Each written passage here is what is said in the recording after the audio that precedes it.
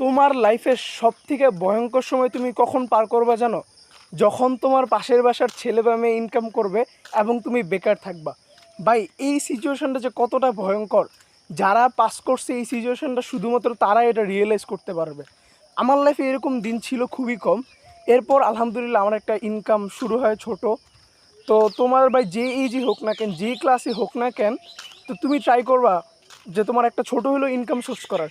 At least তুমি বেকার tag থেকে তুমি মুক্ত থাকতে পারবে। হ্যাঁ, টিউশন হইতে পারে, অনলাইন বিজনেস হইতে পারে, বা হচ্ছে তোমার ফ্রিল্যান্সিং হইতে পারে। তো আমার আগে একটা ছোট অনলাইন বিজনেস ছিল, এখনও হচ্ছে আরেকটা অনলাইন বিজনেস শুরু করছি। আলহামদুলিল্লাহ ওইটা থেকে মোটামুটি আমার হাত খরচ হয়, মোটামুটি চলা যায়। বাবা মা থেকে হচ্ছে কম সাপোর্ট নিতে হয়।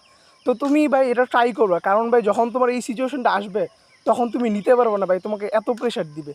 তো আগে থেকে এটার প্রস্তুতি নিবা, একটা ছোট ইনকাম সোর্স করবা। ইনশাল্লাহ দেখবা তোমার জন্য এটা অনেক উপকারী হবে।